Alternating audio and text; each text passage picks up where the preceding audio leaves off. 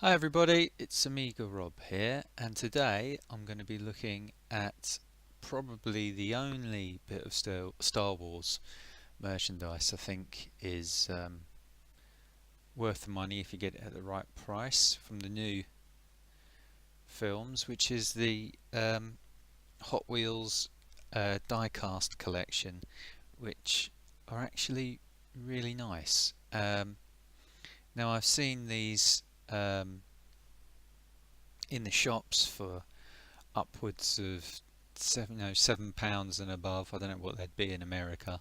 Probably the same in dollars and more. Um, and they're sometimes in two packs. You can see them for around £7. Um, but I've been finding them in Pound World actually, and I've just checked the date. I've had these for a few months, but I picked up the first bunch on this 15th of July of 2017, so I've had them for a few months, um, and this is the only one I've actually opened because I think they actually look better in the box. I originally was going to use them for a project, and at the minute I think I'm only going to use this one in the project, so I'm keeping the others in the box until I need them. um, but yeah, they come with these things on the bottom that you're supposed to stick on your finger, I suppose, so for kids can probably a bit big for most kids' fingers. They're almost like they're designed for adults' fingers. The kids can fly them around and everything. But they come off.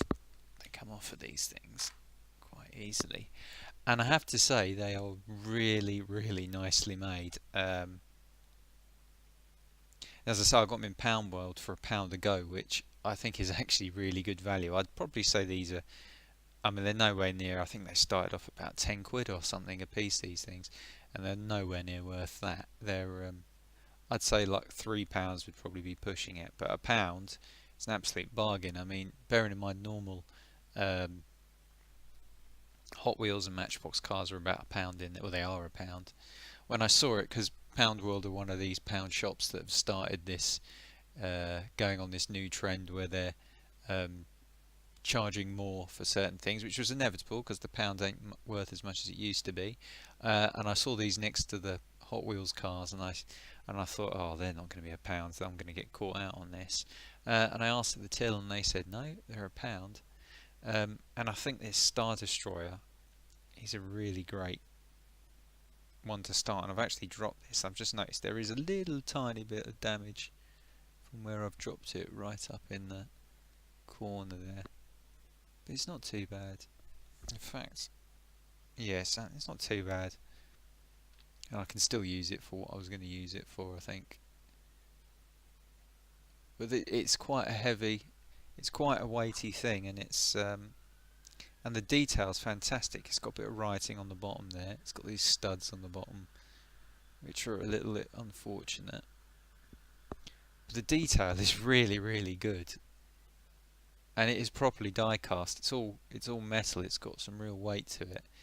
And the thing I wanted to use this for, the project I had in mind, I mean, it really films well actually. You can really see the length of it. It comes up on this camera. It looks great, I think. And get this back on. Potentially, you can, if you're making little films or something, you can potentially make some quite interesting, um, interesting shots with it that might look convincing if you're not wanting to use CG. And if your focal length is if you, I mean, look, you can see the front of this is out of focus, the rear is in focus. You can do some quite interesting things with it. But this is the only one I've taken out of the packet, and part of the reason I've only taken this one out of the packet is because I do wonder if these are going to potentially be one of the few things from these current Star Wars lines that might actually hold some value. Um, so the other ones I picked up at the time was this Millennium Falcon. I'm not going to take it out. I'm tempted to take it out because it's such a nice looking model. But the problem is with these with these things on the bottom here, they're quite good, but um, they only let you have it like flat like this. They don't. I can't really see any way you can angle it. I mean, unless you hung this off or something, you can't angle it. So I think they actually look better in the box. I'm gonna probably stick these up on my corridor shelf where I've got some bits of Lego and stuff. I'll probably eventually take it out, but yeah, it's the Force Awakens design for the Millennium Falcon, um, with the square antenna. But again, it's got a huge amount of detail on it. Really nice, really nicely made. Nice design. Oh, I should take it out really, but I won't. If you wanted to use one of those in a little film thing, I say it was £1, but it'll certainly do the job. And then when I went the first time, I was looking for a decent X-wing as well, and because they had a lot of the newer ships and stuff, and I couldn't be bothered with them. But yeah, I'm wondering if because they weren't flying off the shelves, these things, even at £1. I came back a few days later and they still had loads, and that was the Watford one, and I went in the Nottingham one and they had loads there as well. So I'm wondering if these are just the kids that bought. I'm wondering if it is kids that bought them rather than collectors, and they'll be coming out of the box and getting damaged and everything, like I've damaged my one. Um, and whether or not they will increase in value. Don't know. I mean, I'm not that fussed. I do think toys should be played with, but on the other hand, I'm not playing with them. I was thinking of shooting with them. I'll probably eventually take these out of the packet. But yeah, I got the first of the X-wings. I don't think the arms move on them, although they've got a split in the wing that's not all the way up. But just adjust the light here. But they're not bad. I quite like the design. I think they're an interesting level of detail, an interesting level of quality. Although the one thing I have noticed is that I don't know if that shows, but I don't know, the attack foils they called, with the guns on the ends of the things, they are a bit bent. And I've noticed that on pretty much all of them. So that was that's a Force Awakens design, obviously. I've bent the box a bit on this one, and then they've got Poe Dameron, and what a great character he is, blimey. Doesn't get to use this much in the new film.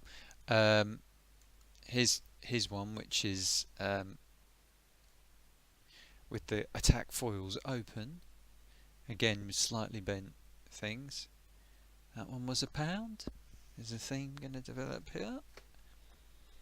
And then, as I say, I had these sort of in mind for a video I was working on, but it's been sort of put to the back at the minute. And then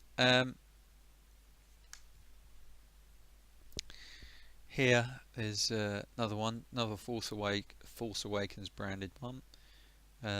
They do have numbers on these as well. This is number 8, so that last one was 7. That X-Wing fighter, Resistance X-Wing fighter, was 14. The Falcon is number 1, and Star Destroyer is actually 15. But this is a First Order TIE fighter, so another one from the Force Awakens. I mean, it's sad really, because this is probably the only really decent line, and the die-cast models that came out for the original line in the 70s are very highly sought now. They've really gone up in value, and I think these are probably maybe even a little bit better than those from what I've seen. I've never seen them in the flesh, but I mean, they're really nice. They're nicely painted as well. I mean, the painting isn't outstanding, but I mean, there is, on the Falcon I noticed there was a little bit of a tiny bit of a deviation around the back there, over the just where that blue comes, it goes a bit further than it should, but Again, that's a nice design, and I do have the standard Star Wars version, which is a different mold. It hasn't got the little bit on the top, or so it's slightly different. So I've got the standard old-fashioned TIE fighter, which again is a good model. The wings look fairly straight, which is more than what they had on the Force Awakens actual large-scale plastic model, because that one had notoriously bent wings. But yeah, this one is not. That's another nice looking piece. Nice weight to it. Really should take him out of the box, but I'm not going to. And then another one from the original series of films, Darth Vader's TIE Advanced X1 prototype. Now, I don't know whether that's meant to look like his TIE Advanced from the first film. I think he flies an advanced TIE fighter. TIE fighters, I think, are really underused in the new films. They should have had them in the prequels, I don't think they're really there. Maybe the last of the prequels they've got. They changed the design so they could sell more toys, I guess, because they thought the new designs would sell more toys, but if they just stuck with the old designs, probably would have done better. So, yeah, there we go. That one. And then the last one I picked up was not so long ago, maybe a month or two ago, and I saw they had a few more in Pound World. And it's only today I've realised, when I brought them together the other ones, it's actually a different series. It's different packaging design, and it's just a straight X-Wing fighter, Red 3, so more or less the same as Luke Skywalker's in the first one.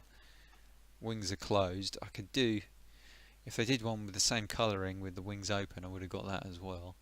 And I think when I was there I saw some of the, what does it say?